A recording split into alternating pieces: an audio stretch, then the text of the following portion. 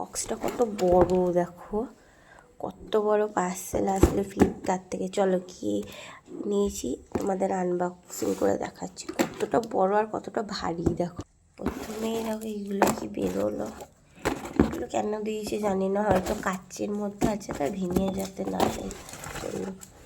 দেখো বক্সটা ফাঁকা। দেখো চলো এবার কি নিয়েছি তোমাদের দেখাই।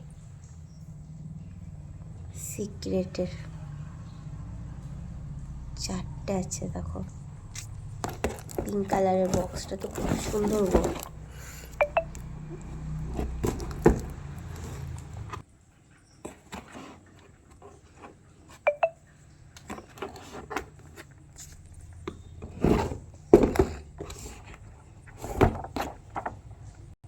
ফার্স্টে এটা দেখো,